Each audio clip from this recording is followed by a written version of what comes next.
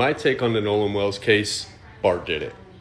Now, this is allegedly, but I believe that Bart did it. I believe that Bart had some type of relationship with Katie. Katie was obviously with Nolan. Bart had a jealous rage seeing a young black male with a white female. We know in states like Mississippi, I see it all the time in my community, where white guys get jealous to see black guys with white girls. I've seen it a million times, and people who deny this are flat out lying. I believe what happened was that Bart put Nolan in a chokehold, and he didn't realize his own strength, and Nolan did not wake up. Hence the reason why we hear in the background of the CETO call, we hear, "Damn it, Bart, Nolan, wake the fuck up, is he dead?" All this is allegedly now. Well, if he just accidentally killed him, then why wouldn't they bring him to the police? Because Bart has so much to lose. He was the star football player on his way to the NFL. A manslaughter charge, whether it's involuntary or voluntary or a negligent homicide, is not going to look well on his resume and would obviously disqualify him from his NFL career. Because of his football stardom, and apparently he has a family with the same pedigree, he has clout around town enough to get people to remain silent, enough to help construct an alibi, and also put the fear of God in these kids. Tell them that you're also going to be implicated in this, and we're all going to go down. We're all going to be arrested. Also, why they tried to place Bart not at the scene initially.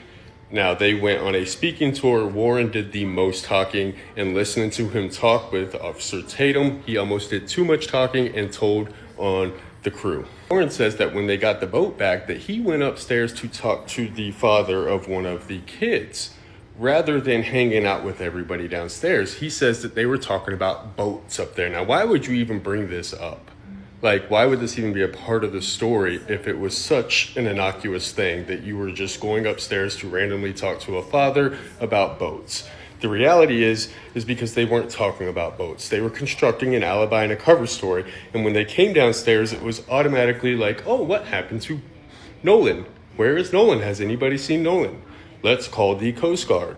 Why would they call CETO? Why would they call the Coast Guard? Because it creates a timeline. It creates like a paper trail of where they could have been anywhere but with Nolan. Also, why would you call the Coast Guard if you truly believe that Nolan just was behind with the girl Katie? Even if Katie had came back at that point, why wouldn't you think he's off with some other girl or doing something else? Why would you think something nefarious happened?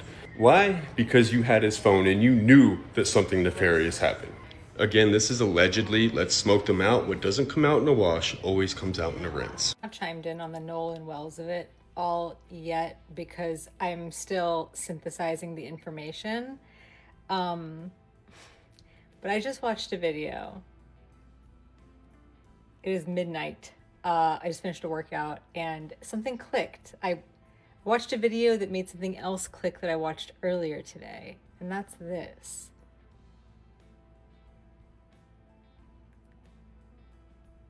The kid calls for a tow.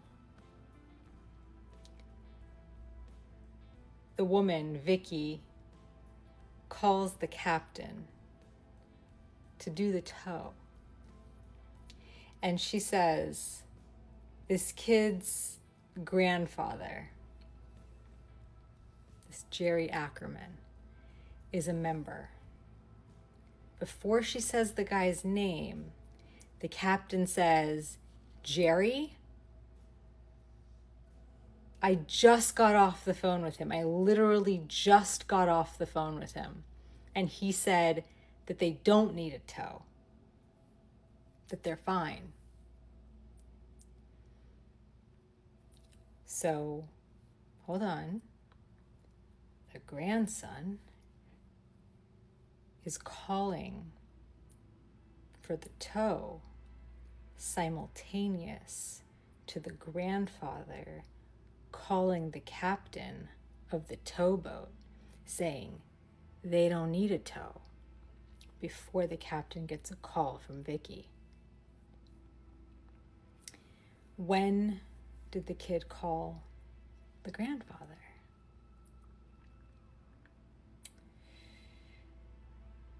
While the boat is sinking? He called grandfather for what could grandfather possibly do for you? He called the grandfather for advice. What the fuck do we do? This kid's dead. Grandfather said, you gotta make a fucking trail. That you tried to get help. There was an accident. Something happened. The boat's going under. Okay, it's a boat. Call. So there is a recording of you trying to get help for something. And we'll figure it out later. I think that their story has evolved. But that was what the grandfather thought of then, to create a timestamp in history of what was happening, what they were doing, where they were, and that there was a completely different emergency happening. Nothing to do with Nolan, okay? And the grandfather did not want to get billed for this tow, and obviously didn't want the captain to go and happen upon whatever the fuck's going on.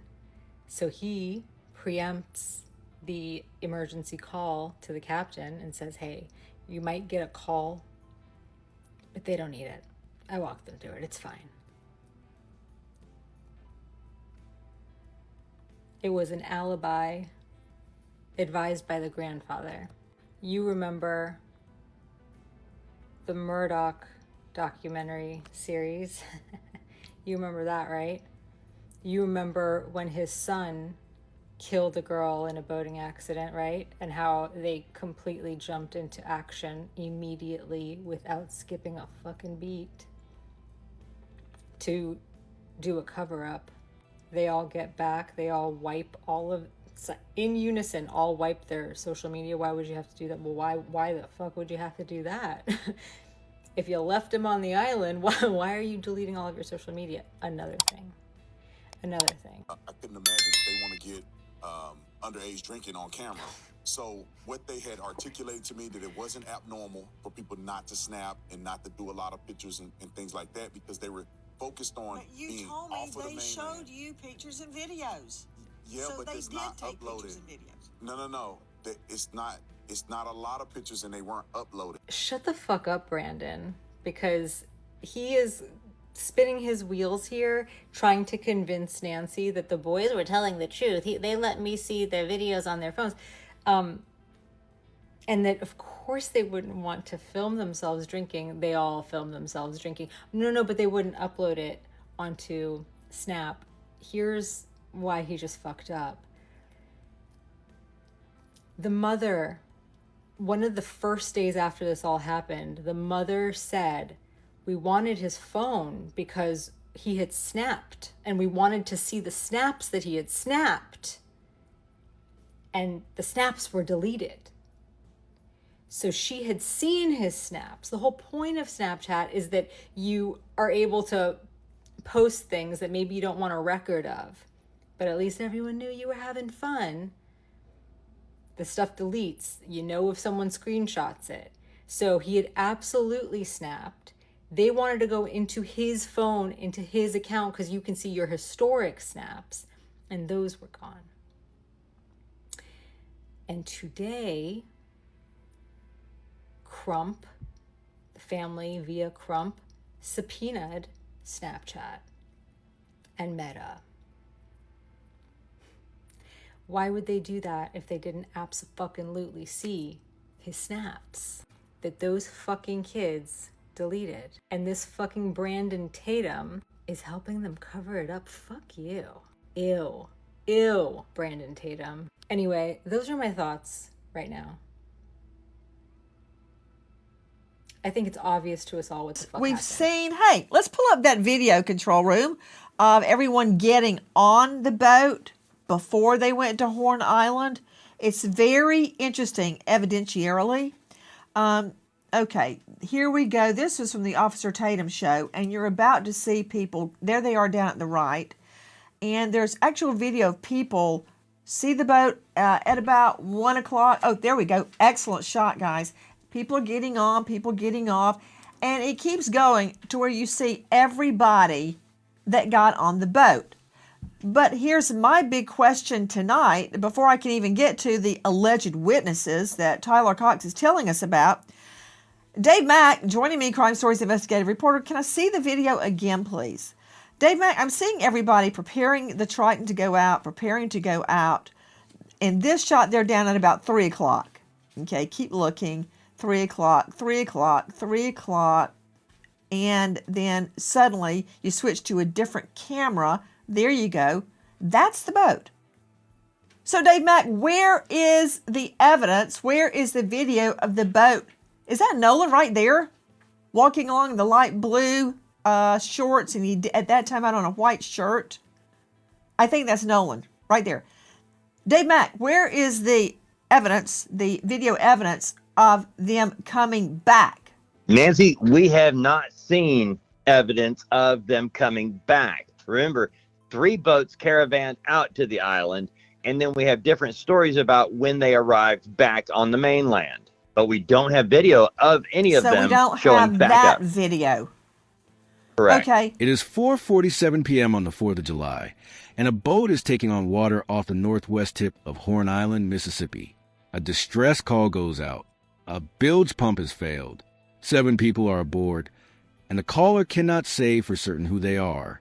90 minutes earlier, an 18-year-old named Nolan Wells was standing on that same stretch of sand, alive, laughing, talking to a girl he had just met. He would never be seen alive again. 2 days later, his body would surface less than a mile from where he was last seen. 6 weeks later, his family would still be waiting on a phone. If you are new to this channel, welcome. If you have been with us since the first update, you already know we do not chase theories here. We chase the record. Tonight, we're going to lay every claim in this case, every single one, next to what is actually documented, and we are going to be honest about which is which. That is the only promise this channel has ever made you, and it is the only one we intend to keep tonight. Before we go one line further, if this is your first time here, hit subscribe now, because this case is still moving, and we would rather you hear the next update from us than stumble onto it secondhand.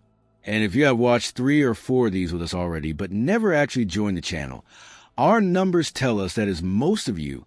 Right now, we have a lot more people watching these updates than we have people subscribed to catch the next one.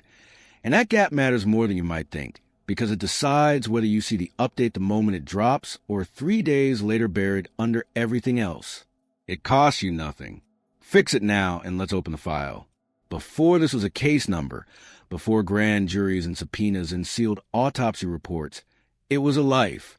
And we're going to spend real time here, because everything that follows only matters because of who was lost. Nolan Xavier Wells was born and raised in Ocean Springs, Mississippi, a small coastal community on the Gulf where the 4th of July is not just a holiday. It is practically the town's identity. He was one of 6 children raised by his mother, Christine Wansley, and stepfather Elmore. In a family like that, in a town like that, football is not a hobby. It is closer to a language everyone in the house speaks fluently. Nolan spoke it better than most. At Ocean Springs High School, Nolan played multiple sports, but it was on a football field where people remember him most clearly.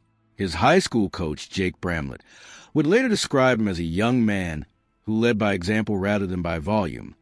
Someone whose teammates followed his actions long before they followed anything he said out loud. His principal, Dr. Jacob Dykes, called him one of the kindest, hardest-working students to come through the building in years. Those are the kind of things adults say about a lot of teenagers after tragedy strikes. What makes Nolan's case different is how consistently the same specific story keeps surfacing from people who had no reason to coordinate with one another. Christine has told one story publicly more than once, and it is worth repeating in full, because it says more about who her son was than any statistic ever could. In a math class, there was a student with special needs sitting nearby when the teacher posed a question to the room. Before any of the more confident students had jumped in and answer for her, Nolan quietly got the rest of the class to hold back so she could work through it and answer on her own without feeling rushed or overshadowed by someone faster. When she got it right, Nolan led the celebration, not as a performance for the teacher. He meant it. That teacher was moved enough by what she witnessed that she emailed the family directly just to tell them about it, unprompted, on an ordinary school day that no one involved thought was significant at the time. I always told Nolan you have to be careful when you have a heart that big. Christine has said, because it's not always returned that way. But he was, in her words, genuinely a good person. All the best parts of her, she says, are still with him. After graduating from Ocean Springs High, Nolan enrolled at Southwest Mississippi Community College, roughly 2 hours inland from home, where he walked on as a freshman wide receiver. Number 16, 6'1", 185 pounds, majoring in general business. He had just finished his first year on campus. His first real taste of being away from home, of building a life that was starting to belong entirely to him. He was due back on campus the following Monday, July 6th, to begin summer training camp ahead of his first full season with the team. That deadline matters more than it might seem at first, and we want you to hold on to it, because it tells you exactly what this holiday trip was supposed to be. Not an open-ended summer blowout with no end in sight. A short, ordinary break, 3 or 4 days at most, before the real work of the season started back up again. Oh, these little liars. I told y'all that Jax was the ringleader. I told y'all. He sat in this interview and he was telling stories about shit that he wasn't even there to witness. So let's break down some of the stuff that I heard in this interview. Let's start with Warren's first phone call, because y'all will remember that Warren said that he was over at Ava's house for that 4th of July party when they all started realizing that Nolan was missing, and he called Miss Christine at 11 o'clock. One of the first things I told Miss Christine Wells in the first phone call that ever occurred with anything to do with Nolan Wells being gone, because I was the first person to call Miss Christine about anything. First phone call, anything to do with Nolan Wells, was me making a phone call to Christine Wells. And one of the first things I said to her, with multiple witnesses here, pull up the phone call if you want.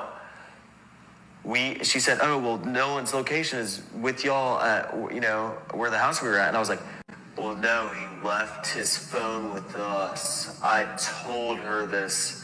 And yesterday, the same time that this interview came out, Christine Wells said this. 360 says that he's on land, and he was like, well, no, I mean, well, we have his phone. So both versions of the story say that Warren didn't tell her about the phone until after she confronted him with the 360. Now, Warren tells Miss Christine that he knows somebody in the Coast Guard and that he's going to call them, which is very fucking different than calling the Coast Guard, which absolutely explains why the Coast Guard came out and said at first that they had not received a call from the kids that night. The Coast Guard's initial statement said they weren't informed until 12:30. Then the Coast Guard later changed their story and said, oh wait, actually we did. And it seems to me that that first call was most likely an off-the-record to a friend kind of deal, which means these people freaked out and didn't call the Coast Guard until after all these people showed up at Jax's house. Which would explain why in the course of this interview it went from Warren called the Coast Guard to we did. Now, when the subject turns to how the family got the phone back from these boys, you'll notice that there was a couple slip-ups.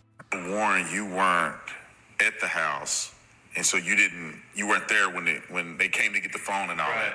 So now remember, Warren just said that he wasn't at the house when the phone was got. And then Morgan talks about getting a phone call from one of the people in Christine Wells' group. And how did they get the phone back? So I got a call from a kid we went to high school with. He called me just asking me questions. He saw people posting on Snapchat, like the picture that was circulating. Except this picture wasn't posted until July 5th. So how could this picture have been circulating on Snapchat that night? But let's continue.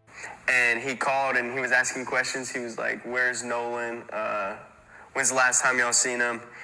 And then he was like, so where are y'all at? And I told him, I said, we're at Jax's house. And then Warren got on the phone, and I don't know. So they come to my house, right? And they kind of hold on, before we get there.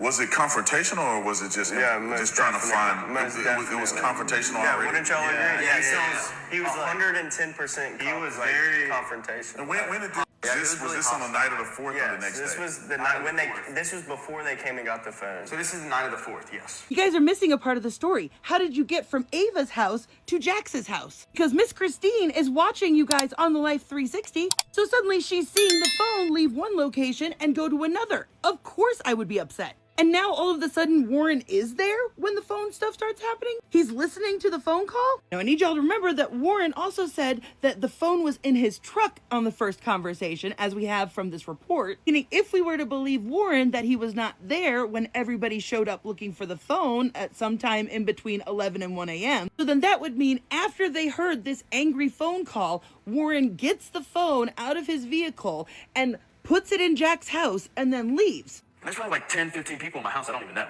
And they're all up in our faces, going crazy, asking where Nolan is, and we don't know. And finally they get into Wyatt's face, and they're like, where's your boat? Where's the boat at? Demanding his address. Demanding his address and stuff like that.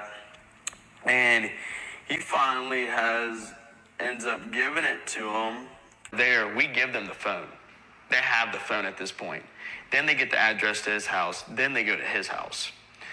And they're searching all over his boat, what I heard and stuff like that. Well, anyways, I don't really know much about that, but they come back to my house at around 1 o'clock in the morning. We called law enforcement. I was with Wyatt at the time after we left Jackson's house that night. I was with Wyatt, and one person we were with saw that their location was headed towards Wyatt's house.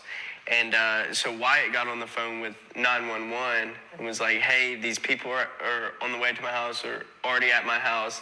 My mom and my dad are there alone, and they know nothing about this. But Wyatt's mom actually, when they were looking at the boat, they were actually walking from the boat, and she came out and started talking to them. Okay, so let me get this straight. Wyatt, Morgan, and Jax were all together. Warren was gone for some reason at this point. 10 to 15 people just barge into your house. Don't know why your grandparents weren't around. That might explain some things, huh? Guess y'all had the house all to your fucking self that weekend. But then they ask Wyatt for his address so that they can go look at the boat. Wyatt gives them the address. They start heading over there. Wyatt and Morgan get into a car and leave Jax's house. Somebody else that you were with that we aren't hearing about is tracking someone else's phone. I don't know if it was somebody who was with the group that they had access to, or if they were tracking Nolan's phone and they saw it was heading to Wyatt's house. And even though Wyatt gave them the address, and instead of calling his parents, he calls 911 and tells them, my parents don't know anything about that's going on. Can you send police over there? Now, mind you, it was about half an hour after being on the phone with Warren that Christine was able to actually call and report him missing. But she was having to go back and forth and go down to all these different agencies because nobody would fucking help her. And frankly, I want to know why all of this confrontation was left out of the fucking report. Like, if this family had to be removed from 2 different properties by the police, why is there no record of that? And in fact, it wasn't until after these confrontations that MDMR and Ocean Springs Police apparently had their little conversations about who was going to be taking over the case. Because remember, the Jackson County Sheriff Lieutenant told them that deputies had spoken with several friends that had traveled to the island on the vessel with Nolan, and that when they were left, he was in the company of an unknown female. So now, even though Warren had supposedly called the Coast Guard, all these family members are telling the police that the kid is missing. These are the people that last saw them. They're all like, we last saw him on the island. Still, the deputies said that they did not have reason to believe that there was any water-related exigencies or emergencies. Don't worry, y'all. I've got a lot fucking more to say about this stuff, so come back for part 2. I'm gonna be immediately recording it because Warren fucked up pretty badly in this interview, and I'll show you why. Nolan had a future with a start date he had already circled on a calendar. Independence Day that year fell on a Saturday, and Nolan spent away that same circle of friends had spent it before more than once, without incident. A boat trip out to Horn Island, a federally protected barrier island roughly 10 miles off the Mississippi coast, part of the Gulf Island's national seashore. No development out there, no roads, no year-round law enforcement presence on the island itself, reachable only by private or chartered boat. On a summer holiday weekend, it is known to draw enormous crowds, with some witness accounts describing hundreds of young people scattered along that stretch of beach that single afternoon. Nothing about the setting, on its face, was unusual. It was a normal group of Gulf Coast teenagers and young adults doing what Gulf Coast teenagers and young adults have done on that island for generations. That is the boy at the center of everything we are about to walk through tonight. Keep him in mind, because it is easy in a case this complicated, this contested, this picked apart by strangers online, to lose the actual person underneath all the paperwork. He was 18. He had a start date. He had a mother who still, 6 weeks later, has not gotten the one thing every mother in her position is owed: a complete, honest answer. Now let's build the day itself, piece by piece, using only what is documented, not what anyone remembers, not what anyone assumes, what is actually on the record, time-stamped, and independently verifiable. According to GPS records later obtained from the Mississippi Department of Marine Resources through a public records request, the boat carrying Nolan's group left its dock at approximately 9:56 in the morning. It arrived at Horn Island at 11:14 a.m. Nothing about either of those timestamps raises a single question. It is an ordinary holiday morning departure to an island that group had visited together before, on a boat whose owner's family had cooperated with investigators throughout this process. The last confirmed sighting of Nolan alive places him on Horn Island at approximately 3 p.m. that afternoon. At around that same hour, according to dispatch audio later obtained through a separate public records request, someone aboard the group's boat placed a call requesting towing assistance. And this is one of the very few pieces of evidence in this entire case that exists completely independent of anyone's memory, anyone's account, anyone's version of events told after the fact. It is a recording made in real time, hours before anyone had any reason to believe Nolan would go missing. The boat's bilge pump, the mechanical system responsible for keeping accumulated water out of the hull, had failed. The vessel was genuinely, verifiably taking on water. We want to be precise about why this specific detail matters so much to the overall case, because it is easy to skip past a piece of evidence like this on the way to more dramatic material. For nearly 2 weeks after Nolan went missing, the explanation for why the group left the island at all rested almost entirely on a single public source, a statement from Jackson County Chancery Court Judge Ashley Cole, whose son Warren had been on the boat that day. She said publicly that the group left around 4:30 due to mechanical failure, that her son last saw Nolan around 3 o'clock, and that Nolan made his own decision to stay behind, planning to catch a later ride with a different group of friends he had met on the island earlier that day. When that statement first circulated, none of it could be independently verified by anyone outside the family. It deserved to be treated exactly that way at the time, not dismissed outright, and also not treated as settled fact simply because a judge's family said it. That is the correct posture for any unverified claim in a case like this one, regardless of who is making it. Some of what Judge Cole said has since gained real, independent corroboration.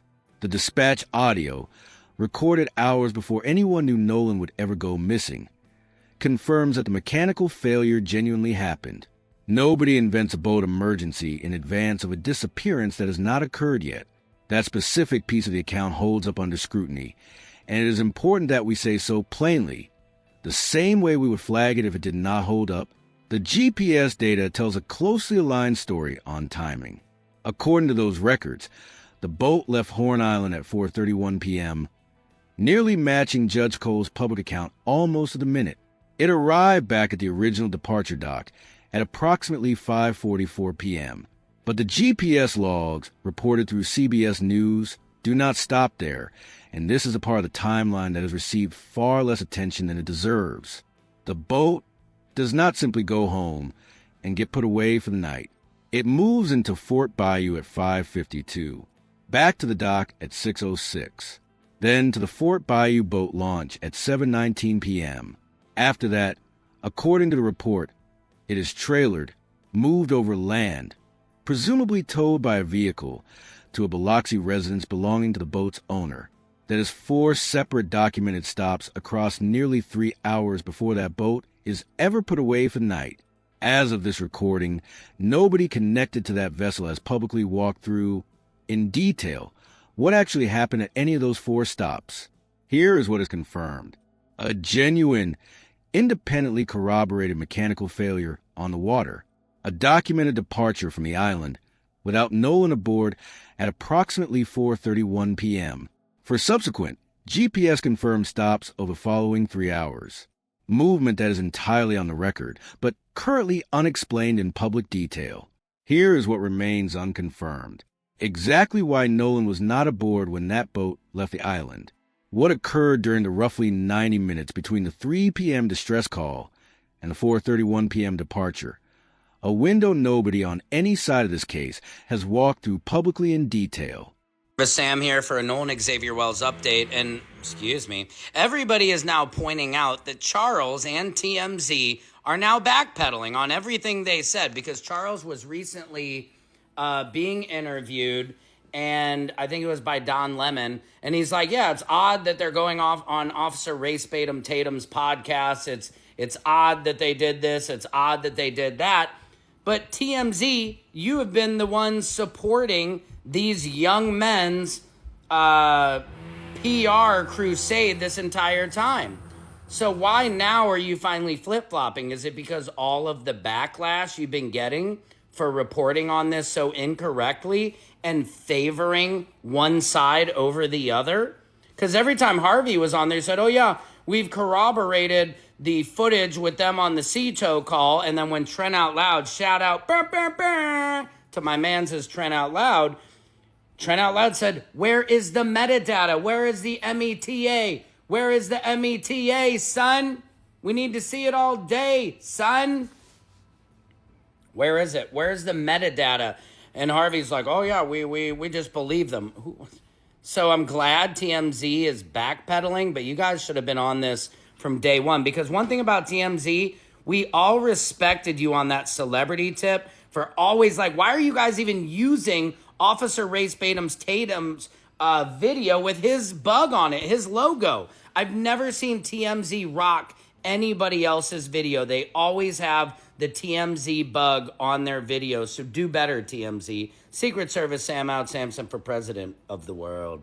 I was very disturbed, Greg, when I got wind that there is no criminal investigation. It's been said over and over and over.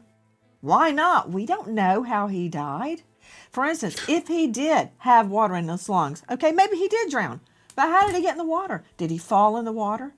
Was somebody, wrestling with him in the water and they held him down? They went, oh, my stars, I killed him and left? Did he hit his head? Huh. I mean, there's a lot more to it than saying, oh, yeah, he drowned. How can someone state there is no criminal investigation? I understand a grand jury is about to be convened.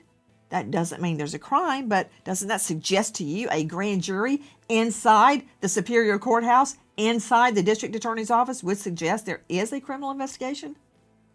Well, it would potentially lead someone to believe that, yeah, a criminal investigation was undergoing. However, when we look at how this has played out over the last 6 weeks, how law enforcement has acted, they haven't seized Nolan Wells' phone at this point. In a criminal investigation, law enforcement's going to use those tools to get this information. Are you this could sitting just be down, a Morris? drowning.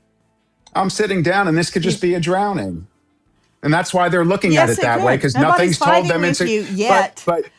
But everything's not a crime. It doesn't have to be investigated as a crime. You're still talking. We've already established that. And what happened during those 4 separate mainland stops before the boat reached its final resting place that night?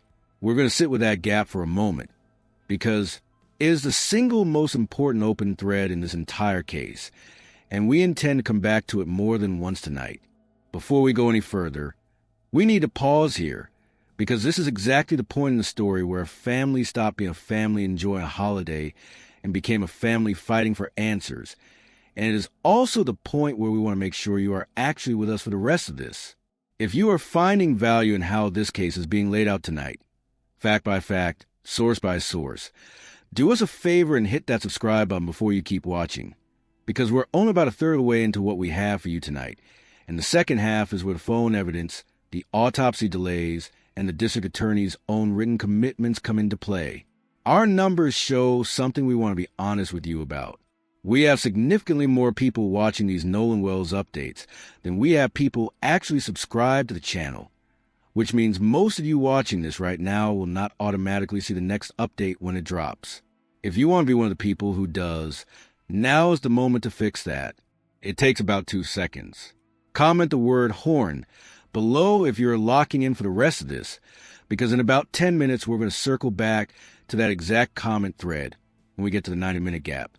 And we want to know how many of you caught it early when the boat finally returned to the dock that evening. And Nolan was not on it. Nobody called Christine right away. Not by every account currently available because anyone was hiding anything, but because a specific group of friends had made this exact trip before more than once, without incident, and an evening without word from an 18-year-old on a crowded holiday weekend was not yet, in anyone's mind, a crisis. That changed just after 11 o'clock that night when Christine's phone rang. According to her own account, it was not Nolan calling. It was one of his friends, Warren. She has said publicly, more than once, that this was the exact moment something inside her shifted, that a friend calling her directly at that specific hour, under ordinary circumstances, simply does not happen. This is where the case stops being a clean timeline and starts being a set of separate claims that need to be checked carefully against each other. And we're going to do exactly that, slowly and without skipping steps. Christine has said publicly that she and her sister tracked Nolan's phone themselves, using a family location sharing app before law enforcement ever located the device, and that when they later compared what two different tracking services showed for the exact same phone, on the exact same night, the two records did not agree with each other. Life 360 showed one location history. Snapchat's own internal location data showed something different. Think about what that actually means for a moment, because it is easy to let it slide past as just another detail in a long list of details. This is not one witness's memory sitting against another witness's memory. This is automated data logged by two separate technology companies on two separate servers, describing the exact same physical object on the exact same night. And according to the family, those two logs simply do not tell the same story. That specific discrepancy is a large part of why, in the weeks since Nolan's disappearance, the family's legal team, led by attorney Gary Bufkin, filed a series of subpoenas in Mississippi Chancery Court. 5 of them aim at Snapchat, Meta, WhatsApp, TikTok, and Life 360. And here's a detail that almost no coverage of this case has slowed down to actually explain, and we think it matters enormously. These are not broad, vague fishing expeditions. According to filings themselves, the subpoenas specifically request IP addresses, login histories, password reset records, two-factor authentication activity, and precise access timestamps for every single login point on Nolan's accounts. That is a very specific, very technical kind of request. It is not asking what did the account post. It is asking who logged into this account, from what device, from what physical location, and at exactly what time.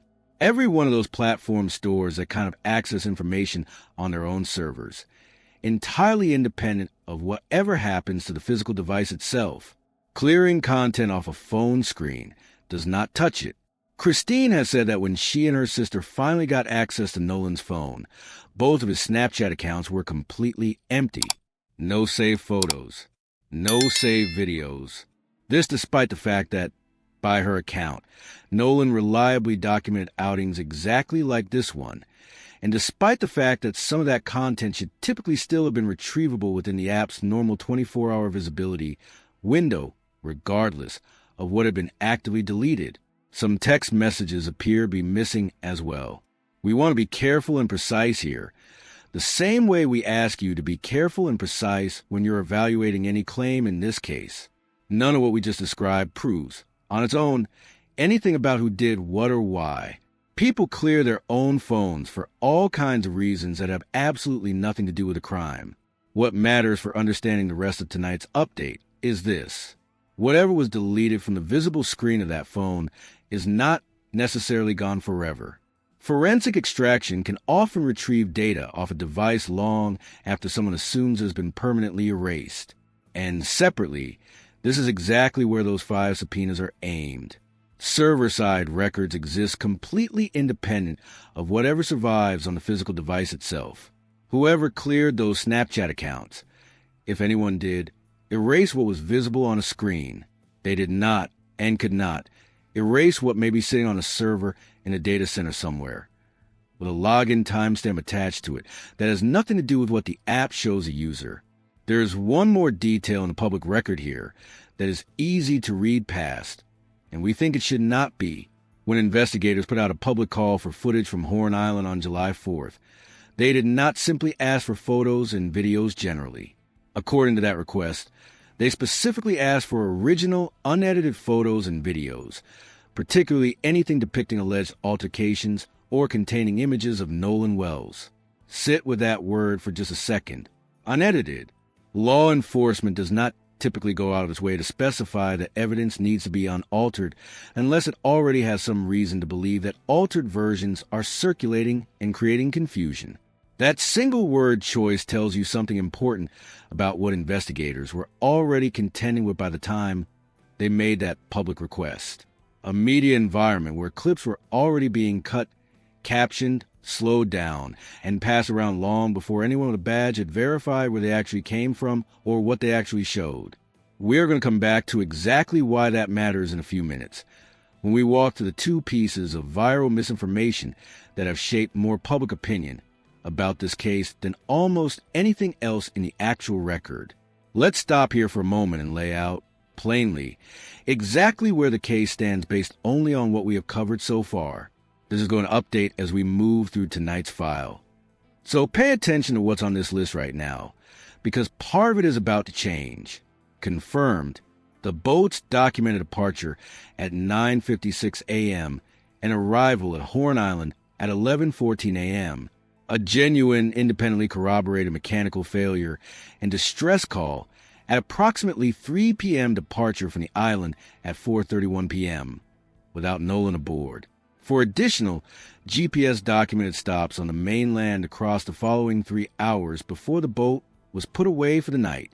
Christine's account of a discrepancy between two separate location tracking services on Nolan's phone, 5 active subpoenas targeting server-side login and access data from major platforms, a sheriff's office request specifically for unedited footage, unconfirmed, why Nolan was not aboard the boat when it left the island, what happened during the roughly 90-minute window between the 3 p.m. distress call and the 4:31 p.m. departure, what occurred during any of the 4 mainland stops between 5:44 p.m. and the boat being trailered that night, whether anyone other than Nolan accessed his social media accounts, and if so, when and from where. A question subpoenas exist specifically to answer the official cause and manner of death, pending release of sealed findings we are going to walk through later tonight. That is the board as it stands right now. Now let's talk about the two pieces of viral evidence that, more than anything else in this entire case, have shaped how millions of strangers online have made up their minds about what happened to Nolan Wells, because both of them have a serious, documented problem. And if you have not seen the correction, and most people watching this have not, what you are about to hear can change how you look at everything else in this case. It started with a photograph. In the days after Nolan's body was found, a Facebook post began circulating from an account whose owner, Christine, has since confirmed she had never spoken to and never met. The post claimed Nolan had actually returned from Horn Island alive, that he had attended a pool party in Jackson County, that an altercation broke out, that he was beaten, and that his body was then taken back to the water. Almost nobody who shared that claim stopped to ask the most basic question anyone should ask about a piece of visual evidence before believing it. When was the photo actually taken? A photo surfaced alongside that Facebook post, originally uploaded to Instagram by an account with fewer than 1,000 followers, an account that was deleted shortly after. The image appeared to show Nolan in a pool, surrounded by a group of people. Within hours, it had reached hundreds of thousands of viewers. Attorney Ben Crump, the family's lead attorney, then reposted that image to his own Instagram account. For a large share of the internet, that repost is the moment the theory hardened into something people treated as settled fact. But Crump's own caption on that post said something most people scrolling past it never actually read. He wrote plainly that he did not know whether claims attached to the photo were fact or rumor, that his team was following every clue until the truth was found. Christine addressed it publicly as well. She had never spoken to the person behind the original post, never met them. The certainty that spread across the internet that day did not come from the family's attorney. It came from the audience itself. And the audience was working entirely from a photograph nobody had actually dated.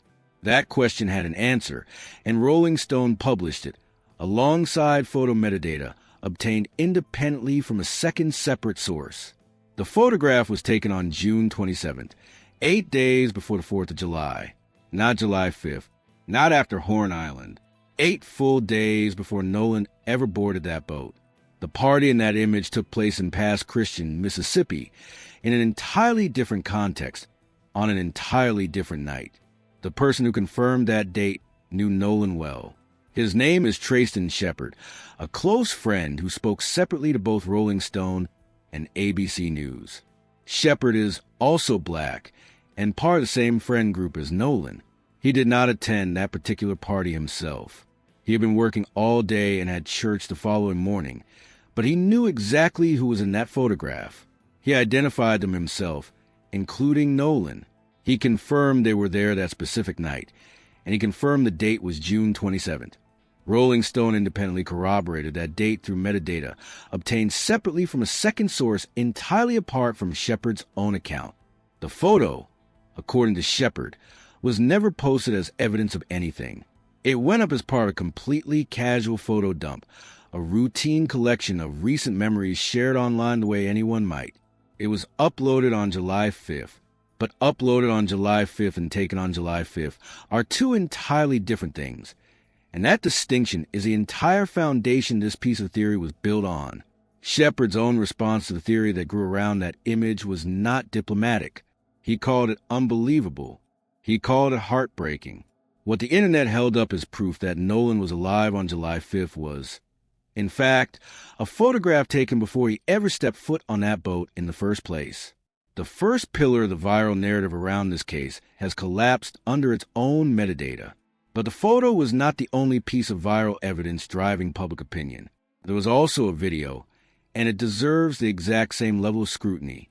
That video surfaced in the days after Nolan was found, shot from a boat near Horn Island, capturing a voice in what sounds like a heated exchange with someone nearby. Ben Crump pointed to that footage on Good Morning America.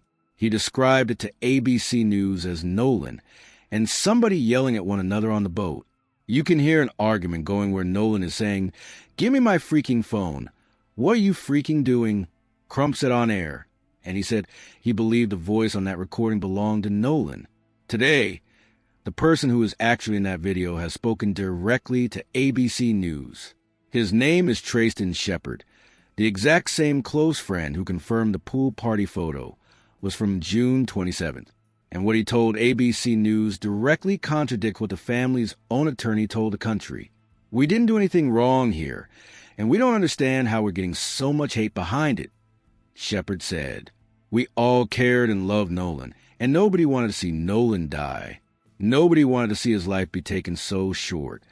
The voice in that video, Shepard says plainly, was his own, not Nolan's.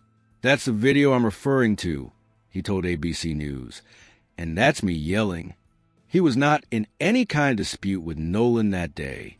He had been involved in a completely separate altercation with a stranger, and two friends were physically restraining him at the time the footage was captured. According to ABC News, Shepard gave an official statement to the Jackson County Sheriff's Department confirming this account. His version is on record with investigators. This is not internet commentary.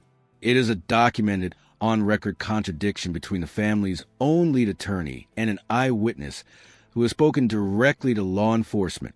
And to his credit, Crump himself has since walked the specific claim back, and we want to be exact about how he did it, because it is a genuine, meaningful correction from the family's own legal team. At a later press conference, when a reporter pressed him directly on whether the voice on that video could actually be confirmed as Nolan's, his answer was noticeably more careful than it had been earlier in the case. That's what a witness told us, and that's what we reported out, Crump said. Then another witness had come forward saying no, that was his voice. We have other witnesses who said there were other altercations. So we're trying to go through it all. And we'll be even more careful to say this is what a witness told us in the future. His team, he said, Now, as audio experts working to determine, if possible, whose voice actually appears on that recording. As of that press conference, the question remained officially unresolved. But the specific claim that ignited so much public anger in the earliest days of this case, that a viral video captured Nolan demanding his phone back moments before his death, is not confirmed fact. It is a disputed claim that the family's own attorney has already publicly walked back once. Two pieces of viral evidence, both introduced after Nolan died, both now directly contradicted or seriously undermined by the exact same person who was actually present when they were recorded. If you have shared either of these claims, the pool photo or the yelling video, in the weeks since this case broke, this is not a moment to feel embarrassed. It is a moment to understand exactly why this channel spends so much time on dates and metadata before we ever spend time on emotion. Comment the word metadata below if this is the first time you're hearing either of these corrections laid out clearly, because based on the engagement we track on this channel, that describes the overwhelming majority of people who are going to watch this video tonight. Let's set those two pieces of evidence aside entirely. Put them down completely. What remains, once you strip away everything that has since been disputed or debunked, is the part of this case that existed before any photo, before any video, before a single piece of speculation ever entered the picture. And that part still has no explanation at all. Nolan Wells, 18 years old, went to Horn Island on July 4th with friends. His body was found the morning of July 6th. His identification required dental records, not a visual identification, not a family confirmation on site, a procedure that typically indicates the body was not immediately recognizable after time in the water. Hours passed between when the body was discovered and when the public was formally told it was Nolan, and his mother was not the one who made the identification. There is also the matter of the Coast Guard. On the night of July 4th, someone in Nolan's group made contact regarding his disappearance. According to reporting from Capital B News, a friend of Wells made a call related to the Coast Guard around 11 p.m. that night.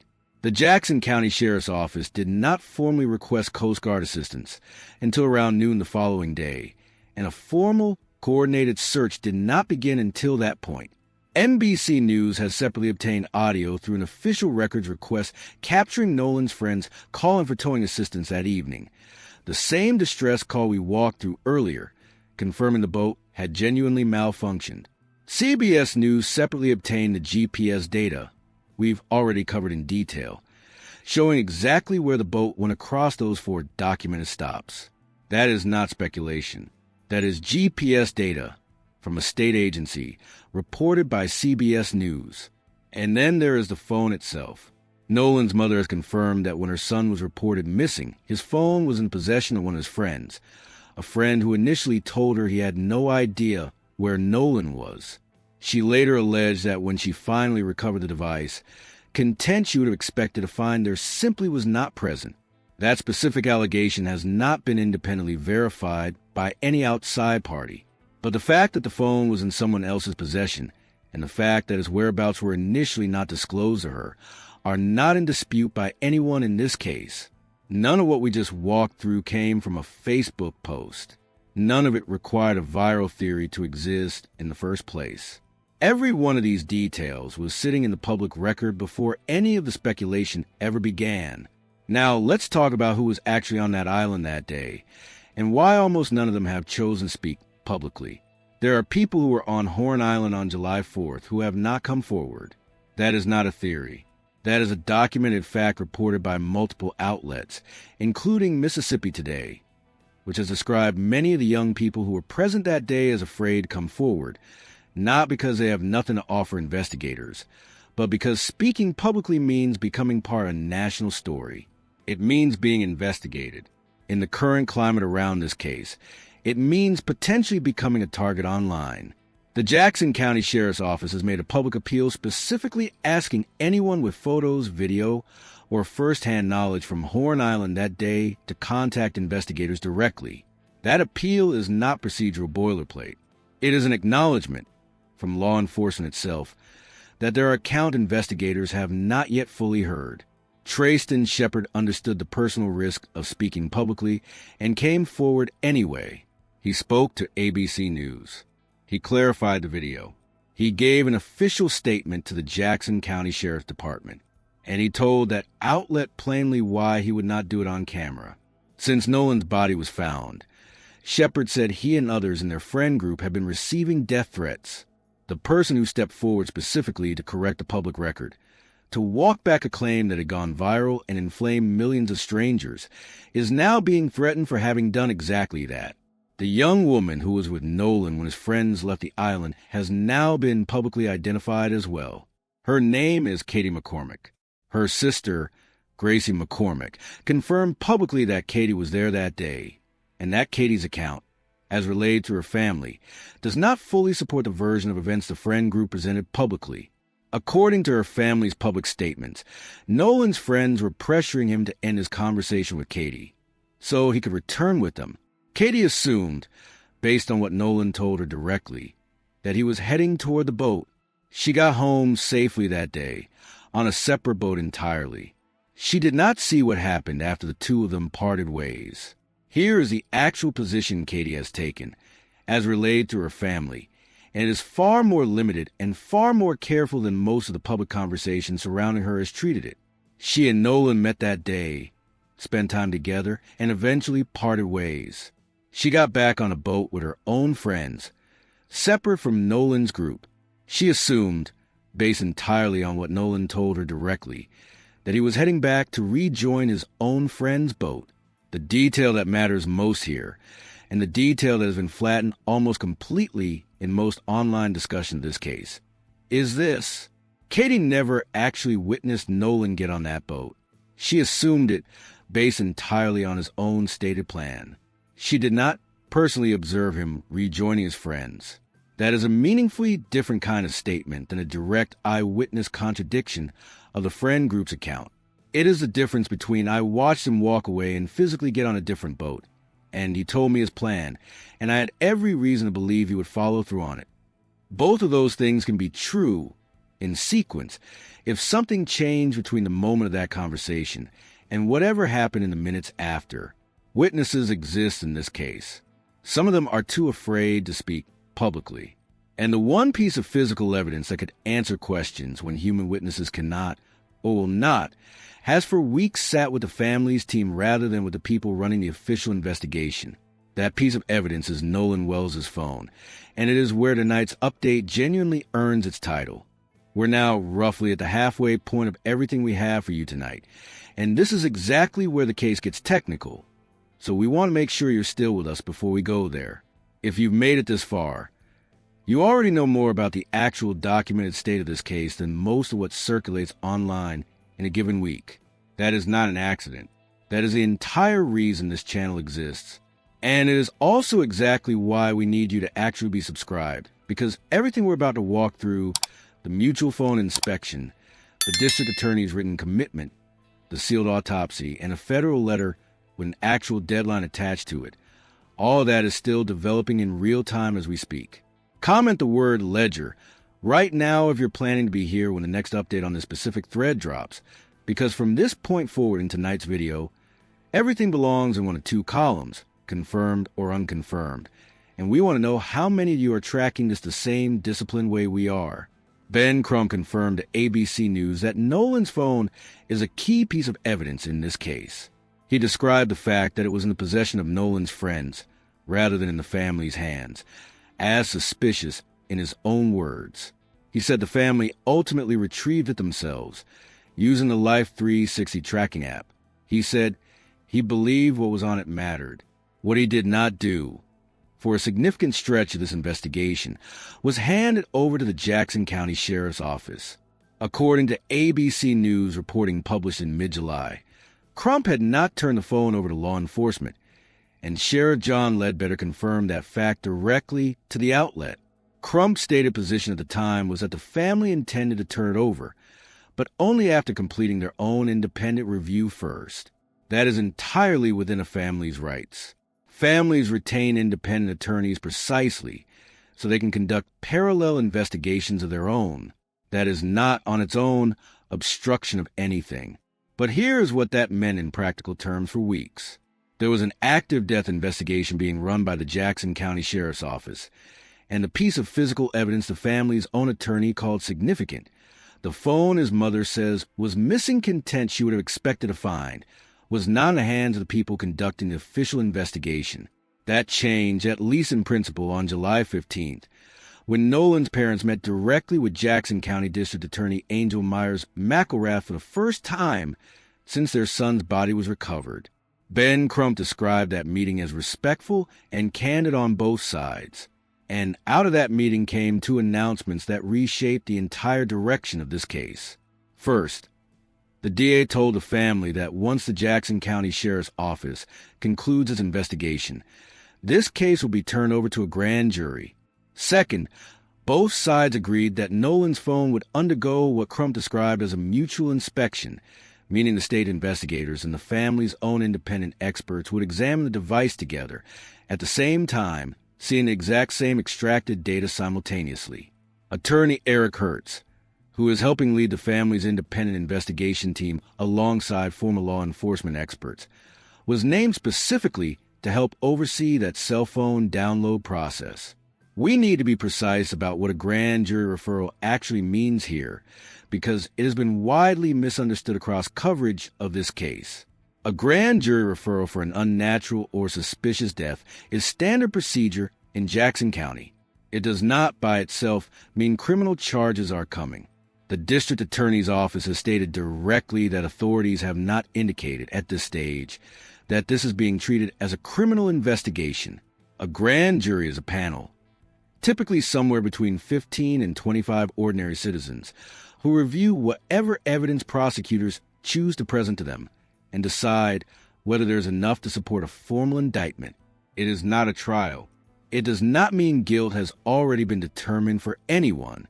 What it does mean, according to Florida civil rights attorney Tyler Bailey, who spoke to Law and Crime about this exact development, is that it could involve text messages or the notable absence of expected text messages, cell phone data, and statements from witnesses who could ultimately testify.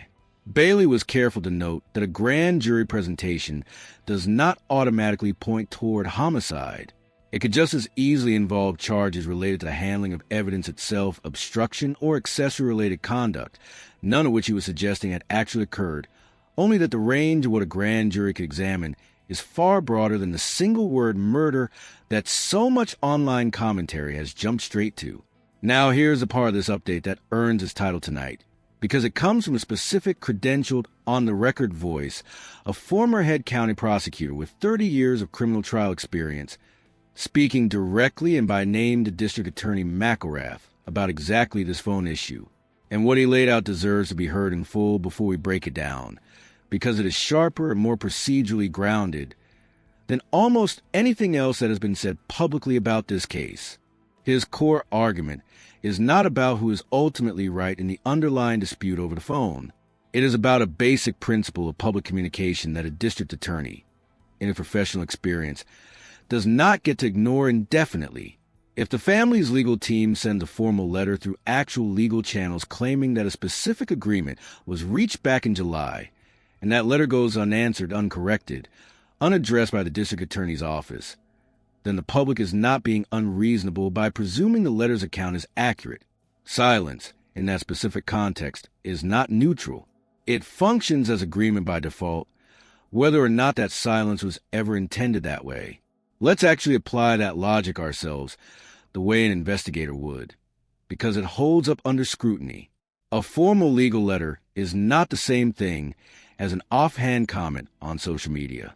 It is a document sent through recognized legal channels, making a specific, checkable factual assertion that an agreement existed, that specific dates were formally offered for the joint phone inspection, and that the family side has remained ready, willing, and available to proceed the entire time. If that assertion were inaccurate, the obvious, straightforward response from the district attorney's office would be a formal correction, stating plainly and specifically what the actual agreement was or was not. As of this recording, according to the same former prosecutor's own account, no such correction has been issued. That is not proof that the letter is accurate, but it is exactly the kind of gap a real, disciplined investigator flags immediately. A specific, checkable claim made through formal channels, met with silence rather than either confirmation or denial. Here is a distinction he draws that we believe is the single most important point in this entire update, and we want to restate it clearly because it cuts through a talking point that has been used throughout this entire case to justify not answering direct questions.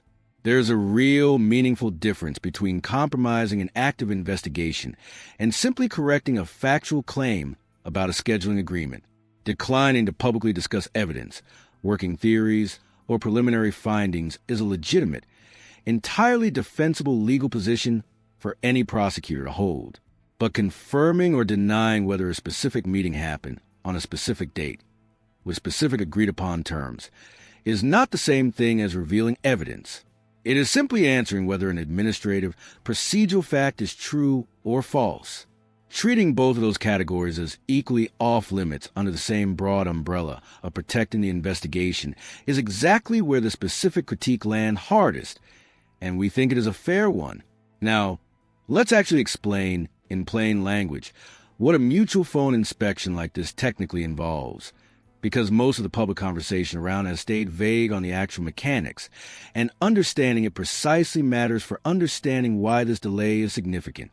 The tool most commonly used in law enforcement for this kind of extraction is a platform called Cellebrite, one of the most widely deployed digital forensic systems in the world. It does not work by someone manually scrolling through a phone screen, tapping through photos and messages one at a time the way a person might browse their own device. It performs what is called a full logical or physical extraction, a complete bit-for-bit copy of the device's entire dataset, pulled directly and mirrored onto a separate, secured system. Here is why that distinction matters enormously for a case like this one. A full extraction captures far more than whatever happens to be visible on the phone screen at any given moment. It can recover deleted content that is technically still sitting in the device's unallocated storage space, waiting to be overwritten, but not yet gone. It captures metadata showing precisely when a given file was created, modified, or removed. And it produces a complete, time-stamped record that does not depend on anyone's memory or anyone's account of what supposedly happened. Once that extraction is complete, both sides, the district attorney's office and the family's own independent forensic team, can review the exact same complete data set separately, each running their own analysis against an identical copy. Neither side has to simply trust the other side's summary of what the phone actually contains, because both sides will possess the actual underlying data itself, not a description of it filtered through someone else's interpretation. That is precisely why the mutual inspection format both sides reportedly agreed to back on July 15th makes sound procedural sense, and it is also exactly why deviating from that agreed-upon format, if that is in fact what has happened, would represent a legitimate, specific concern entirely separate from anything else in this case. A joint, single extraction, conducted once with both sides physically present, and both sides walking away with complete mirrored dataset, is standard, defensible forensic practice used across the country. A subsequent demand of phone to simply be surrendered outright, without honoring that same joint process, is not inherently improper on its own. Law enforcement retains independent authority to collect evidence through proper legal channels. But an actual, specific agreement outlining a different joint process already existed and was agreed to by both parties. Walking away from that agreement without any public explanation is precisely the kind of unforced procedural error the former prosecutor's message is describing. There is one more layer of this process worth understanding, because it directly addresses a concern that has run underneath this entire case in the beginning, the risk of evidence being altered, mishandled, or disputed after the fact. A properly conducted Cellebrite extraction generates what is called a hash value, a unique digital fingerprint of the entire extracted dataset, calculated at the exact moment the extraction is created. If that data is ever copied, transferred, or examined again later, the hash value can be recalculated and compared directly against the original. If even a single bit of that data has changed in the interim, the hash values will no longer match, and that mismatch is immediately mathematically detectable by anyone reviewing it. That is precisely the kind of built-in safeguard that should make a joint, properly documented extraction reassuring to both sides of this dispute, not just the family's team wanting independent access, but to the district attorney's office as well, since it protects the integrity of whatever phone actually shows, regardless of which direction that evidence ultimately points. Here is the stakes underneath all of this, stated as plainly as we can state it. This phone likely contains the single most complete, objective, time-stamped record of Nolan's final hours that exists anywhere, more reliable than any single person's memory, more precise than any second-hand account, relayed weeks after the fact. There are also active, publicly circulating allegations that evidence on that specific device may have been altered or deleted before the family ever recovered it. A full forensic extraction is specifically designed to test exactly that claim, one way or the other. Deleted content often remains technically recoverable in unallocated storage for a meaningful window of time after deletion, which is the same underlying technical reality behind the 5 subpoenas we walked through earlier in tonight's update. Getting that extraction completed promptly, through whatever process actually resolves it, is not a minor procedural footnote at this point. It is, quite plausibly, the single piece of evidence most capable of either confirming or meaningfully narrowing several of the open threads running through this entire case at once. We want to be fair to the district attorney's office here, the same way we have tried to be fair to every party in this case tonight, because a real investigation does not simply assume the worst explanation is automatically the correct one. It is entirely possible that logistical scheduling issues, competing caseloads, coordination difficulties across multiple agencies, including a possible FBI role, or a simple bureaucratic delay explain the gap between the July 15th agreement and where things currently stand. Institutions move slowly for all kinds of mundane, non-sinister reasons, and prosecutors juggling an active, high-profile investigation while also coordinating outside forensic experts and a grieving family's legal team have a genuinely difficult logistical task in front of them. But a genuinely difficult logistical task and a documented written commitment are two different things, and when the second one goes unaddressed publicly for an extended period, it is fair and honestly necessary to name that gap directly rather than pretend it does not exist simply because a more charitable explanation is also possible. Let's take a short break here because we've covered an enormous amount of technical, documented ground, and we want to give you a moment to actually absorb it before we move into the autopsy and funeral section of tonight's update, which is honestly the hardest part of this entire story to sit with.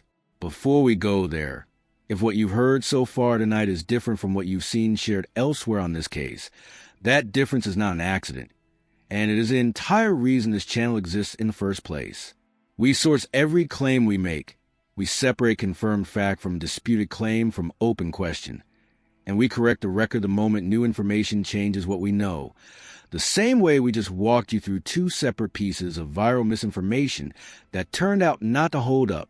If that approach is worth something to you, the single most useful thing you can do for this channel right now, more useful than a comment, is to actually subscribe, because it is the only thing that guarantees you see the next update the moment it exists rather than 3 days later after everyone else has already moved on to a different story.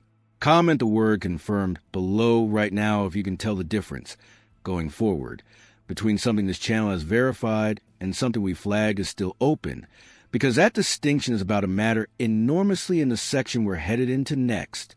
Now let's talk about the autopsy, because this is where 2 separate, parallel medical processes in 2 separate jurisdictions have both become stalled at the exact moment public attention on this case has reached its highest point, and that timing has created a vacuum that misinformation has rushed to fill. The state of Mississippi conducted its own autopsy at the Mississippi State Medical Examiner's Office. According to statements from the district attorney's office, that autopsy is complete. It is currently sealed. Officials have said publicly that the findings remain pending because toxicology testing can take weeks depending on laboratory capacity, and Mississippi State Lab, like most state labs across the country, does not fast-track a case simply because it has attracted national media attention. That is a mundane, unglamorous, entirely believable explanation for at least part of this delay, and it is worth naming as such rather than immediately reaching for a more dramatic one. The family's independent autopsy tells a more complicated story. It was commissioned separately, conducted at first in Washington, D.C., by Dr. Roger Mitchell, a respected forensic pathologist working entirely independent of Mississippi state authorities, and funded in significant part by former NFL quarterback Colin Kaepernick. That independent examination has run into a specific, documented obstacle that goes beyond simple scheduling delay. According to statements from the family's legal team, Dr. Mitchell has said he could not reach a full determination because certain organs necessary for that determination were not made available to him during the original state examination on July 29th. According to the family's attorneys, the district attorney's office committed in writing that Dr. Mitchell would be given the opportunity to examine the retained tissue before any grand jury testimony takes place. The family's attorneys say they followed up on that written commitment formally, offering 3 separate available dates and stating clearly that they were prepared to move forward promptly whenever the DA's office was ready. As of this recording, that examination has not taken place. We want to be exact about what that specific fact is and what it is not, because precision matters here more than almost anywhere else in this case. A written commitment from a district attorney's office is not an informal, offhand promise made in passing. It is a documented position put in writing with a specific action attached to it. 3 weeks passing with no movement after a formal follow-up is not, automatically, on its own, evidence of bad faith. Institutions move slowly for all kinds of ordinary, mundane reasons, scheduling conflicts among the most common of them. But it is, at minimum, a real and documented gap between what was formally promised in writing and what has actually happened since. And it is fair, and we would argue genuinely necessary, to name that gap plainly and directly while it remains open, rather than letting it quietly disappear into background noise of a case with its many moving parts. There are 2 more developments in this case with real, specific dates attached to them, and both deserve to be understood clearly, because both tend to get flattened online into something larger, or something smaller, than what they actually are. First, the grand jury. The Jackson County District Attorney's Office has confirmed that once the Sheriff's Office concludes its investigation, this case will formally be presented to a grand jury. The family's attorney has told reporters that this process could convene within roughly 30 days of that statement. We want to repeat, because it bears repeating clearly, exactly what that referral does and does not mean. It is standard procedure in this county for unnatural or suspicious deaths. It does not automatically mean criminal charges are coming. The district attorney's office has stated directly, on the record, that authorities have not indicated at this stage that this is being treated as a criminal investigation. A grand jury reviews whatever evidence prosecutors choose to present to it and decides whether there is sufficient basis to support a formal indictment. It is not a trial, and it does not, on its own, resolve any of the open questions we have walked through tonight. Second, there is a federal letter with an actual response deadline attached to it. According to reporting on this case, a formal letter was sent requesting federal involvement and full investigation, with a specific response window given to federal authorities from the date the letter was sent. That is a real, documented, dated action. What that letter will ultimately produce: expanded federal involvement, a formal response declining further action, or something between those 2 outcomes, is not something anyone can responsibly predict right now. And we are not going to pretend otherwise simply because speculation tends to generate more attention than honest uncertainty does. What we can tell you accurately is that the letter was sent when it was sent and what it formally requested.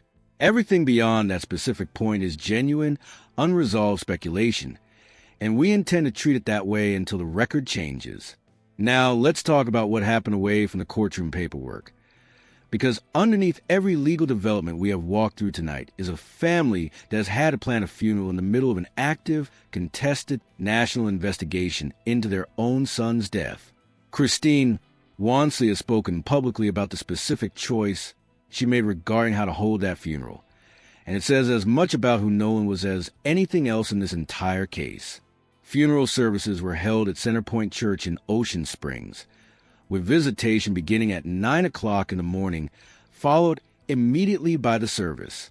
Reverend Al Sharpton officiated, at the family's specific request. Filmmaker Tyler Perry covered the full cost of the funeral. Afterward, rather than a traditional repast, the family held what Christine specifically chose to call a celebration of life at the Jackson County Fairgrounds. "We wanted to celebrate Nolan," she said, "and he would not want us to be sitting around crying and eating. What they planned instead, in her words, was closer to a party, open to former teammates from every level he had ever played at, coaches, classmates, and notably, open to media as well, not hidden away, not treated as something private that needed to be shielded from public view.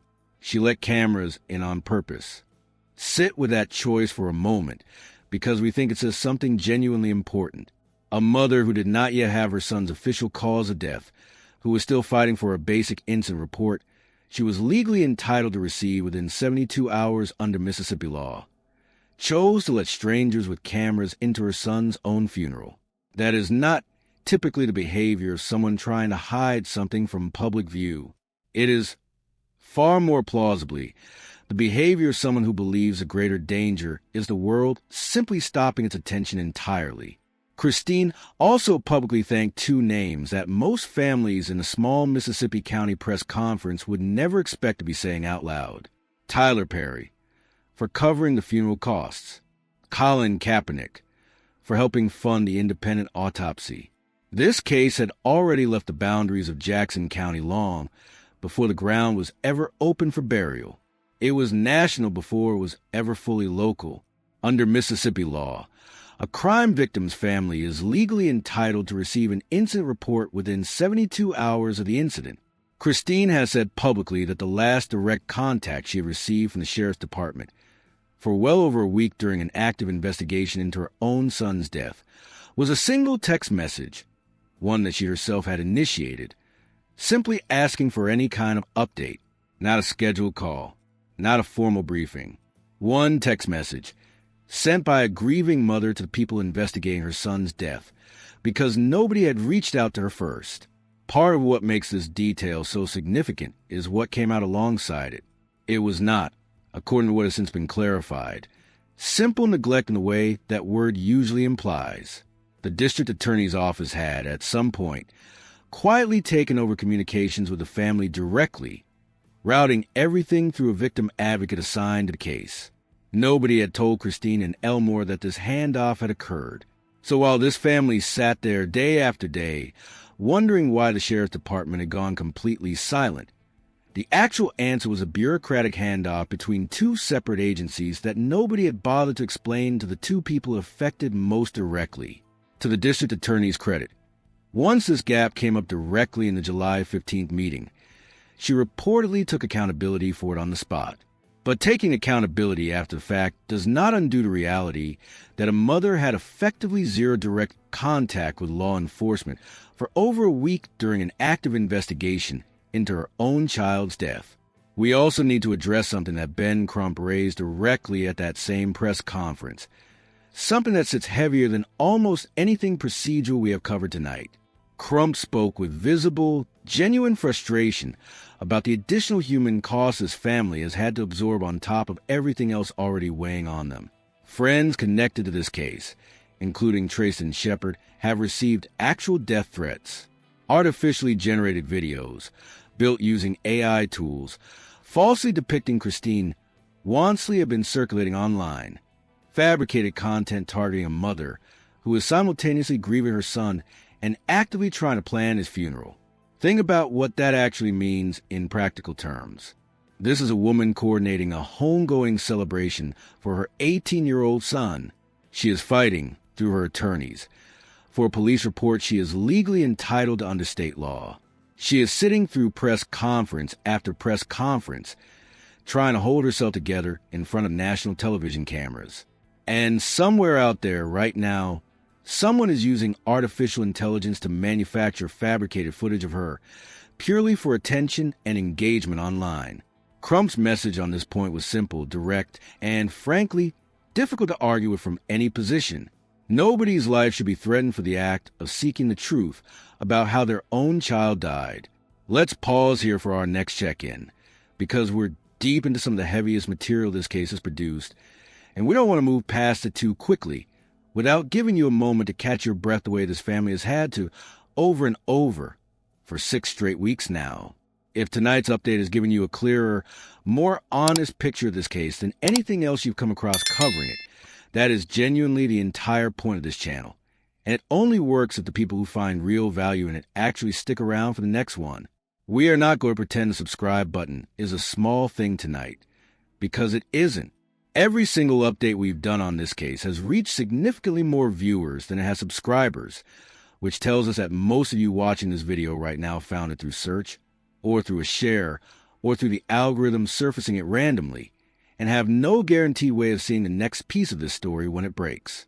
Comment the word homegoing below if what Christine chose to do with her son's funeral moved you the way it moved us putting this together. And while you're there, go ahead and hit subscribe, because between the sealed autopsy, the grand jury window, and that federal deadline, there's a real chance the very next thing we cover on this case is the biggest single development yet. Let's now walk through, carefully and completely, exactly what has actually been said on the record about race in this case, because it's become one of the most contested and most frequently misrepresented threads in the entire story, and we owe you a precise, honest accounting rather than either amplifying or dismissing it. At a press conference standing alongside Nolan's parents, Reverend Al Sharpton addressed the question of race directly. His position, as he stated it publicly, was measured and specific. He said the family was not bringing race into the situation as the central premise of their case, but that they were not discounting it as a factor either. That is a meaningfully different position than either extreme that so much online commentary has attributed to the family. It is not a claim that race explains everything that happened. It is also not a claim that race is irrelevant to how this case has been handled or received. It is specifically a demand for the same standard of transparency and thoroughness that any family in their position, regardless of race, would expect and deserve when a child goes missing and is later found dead. That distinction matters, because it is the difference between demanding accountability and demanding a predetermined conclusion. Nolan's parents have been consistent from the very beginning of this case in what they are actually asking for: transparency, a complete, honest accounting of the facts, not a verdict shaped in advance by what strangers online decided before the actual evidence was ever in. That is worth sitting with, because this case has, at various points, generated significantly more heat than light on this specific question, with commentary on multiple sides treating it as far more settled than the family's own public statements have ever claimed it to be. Attorney Ben Crump has addressed this directly as well, describing what he called the family's lived experience, the understanding, informed by history, that in parts of the American South, certain people have historically been investigated with less rigor and less urgency than others. He was careful to frame that specifically as context for why the family has pushed as hard as they have for transparency, rather than as an accusation leveled at any specific individual investigator. Whatever position you personally hold on that broader historical question, the specific, narrow claim Nolan's family has made publicly is not that any named individual acted with racial motive. It is that they want and are entitled to the same rigorous, thorough investigation that will be given to any family in America who lost a child under circumstances as unresolved. We're going to leave that topic exactly where the family and their attorneys have left it publicly, because that is the only honest way to handle a subject this significant without either amplifying speculation the family themselves has not endorsed or dismissing legitimate historical context that has genuinely informed how they have approached this entire process. Now, let's return to the actual evidentiary record one more time, because there's a final, important layer to the phone timeline that deserves its own careful walkthrough before we bring tonight's update to a close. According to the former head county prosecutor, whose message we walked through earlier, there's a real, dated sequence worth laying out precisely. On July 15th, the family met directly with the district attorney's office, and according to the family's own team, specific terms were discussed and formally agreed to at that meeting: a joint, one-time examination of Nolan's phone with the DA's office, the family's independent forensic team, and possibly the FBI, all present together, all working from the exact same extracted data at the exact same time.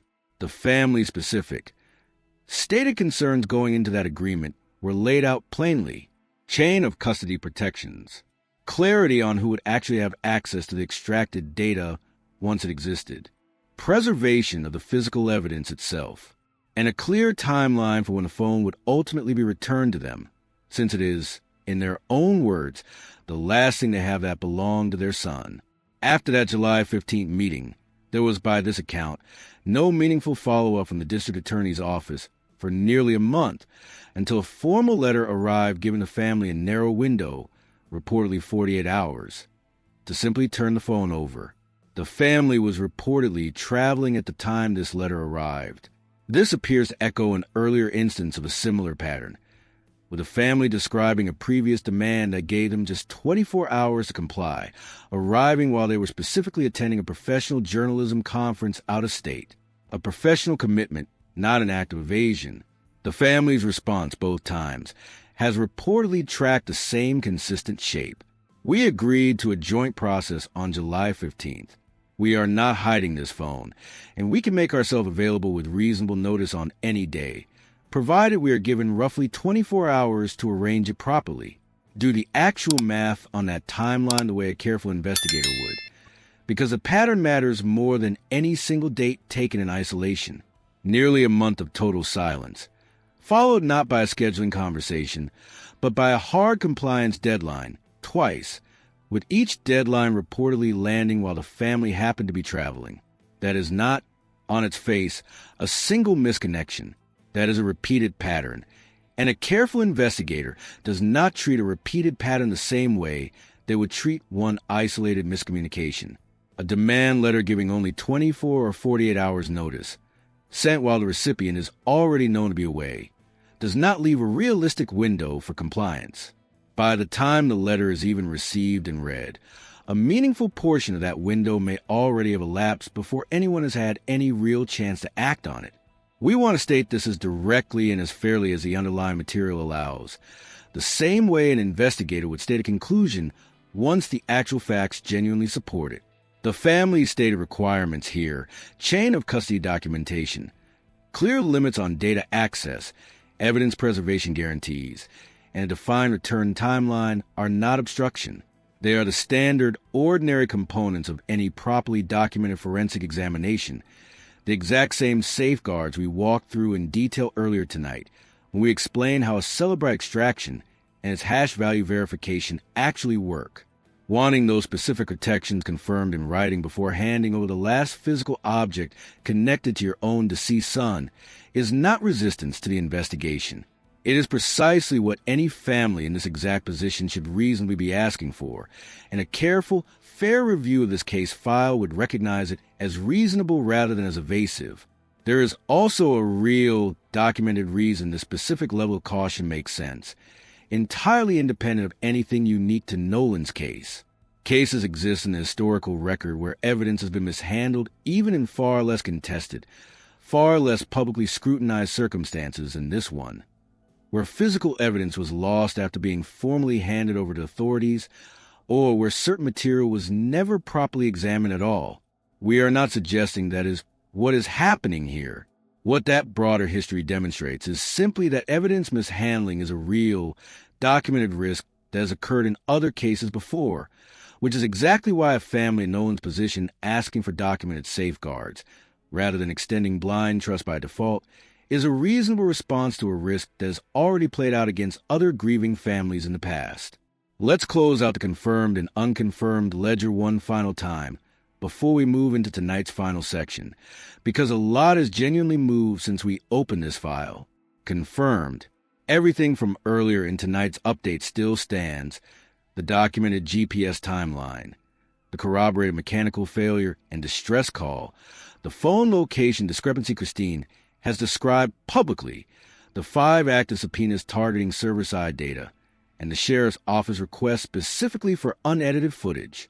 Add to that column tonight a formal written commitment from the district attorney's office, dated July 29th, promising Dr. Mitchell access to retained tissue before any grand jury testimony. A documented 3-week gap, at minimum, since the family's formal follow-up on that commitment, with 3 offer dates and no completed examination as of this recording. A confirmed, dated grand jury referral, with an estimated 30-day window, a confirmed, dated federal letter requesting further investigation, with an attached response deadline, a publicly stated, on-record correction from Ben Crump regarding the viral video, and independently confirmed metadata dating the viral pool photograph to 8 days before the trip, confirmed public statements from Reverend Al Sharpton and attorney Ben Crump specifying that race is being raised as context, not as a predetermined conclusion, unconfirmed, what caused a roughly month-long gap in communication regarding the phone inspection following the July 15th agreement, whether that gap reflects ordinary logistical delay or something else, whose voice is definitively captured in the viral video. Pending the audio analysis Crump's team has said remains underway. What occurred during the roughly 90-minute window between the 3 p.m. distress call and the 4:31 p.m. departure from Horn Island? What happened during any of the 4 documented mainland stops before the boat was trailered that night? And, most significantly of all, the official cause and manner of death, which remains sealed as of this recording. That is where this case genuinely stands tonight. Not where speculation online says it stands. Not where either the most sympathetic or the most suspicious reading of the available facts would place it, but where the actual documented record, checked line by line against itself, actually places it. We want to close tonight the way we try to close every single update on this case, by bringing it back to the person this entire story is actually about, because it is remarkably easy, after an hour spent walking through subpoenas and hash values and grand jury procedure, to lose sight of the fact that all of this exists because an 18-year-old boy who cooked salmon for his parents the night before a holiday trip, who quieted a classroom so a classmate could answer a question on her own, terms, who had a start date circled on a calendar for summer training camp that he never got to keep, is gone. Christine Wansley has said, in her own words, more than once, that all the best parts of her are still with her son. She has also said something else, something that we think should sit with every single person watching this video long after tonight. Something that cuts through every legal complexity we have walked through over the last hour. She does not want a predetermined conclusion handed to her. She does not want the internet's version of justice, built on a debunked photograph or misattributed voice in a shaky video. What she has asked for, consistently, from the very first week of this case until tonight, is the same thing any parent in America would want if this had happened to their own child. The truth, told honestly, delivered with the same urgency and the same rigor that any family anywhere would expect and deserve. That is not a small ask. It is also 6 weeks in, still not a settled case.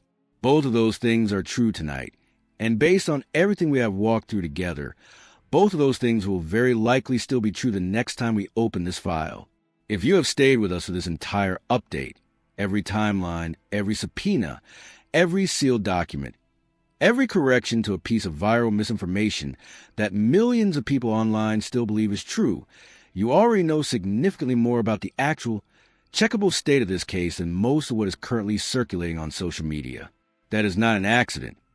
And it did not happen by chance. It happened because we sourced every single claim in tonight's video, because we separated confirmed fact from disputed claim from genuinely open question, and because we were honest with you about which was which every single time, even when a more dramatic version of the story would have been easier to tell. That is the only thing this channel has ever promised you, and it is the only thing we intend to keep promising you going forward.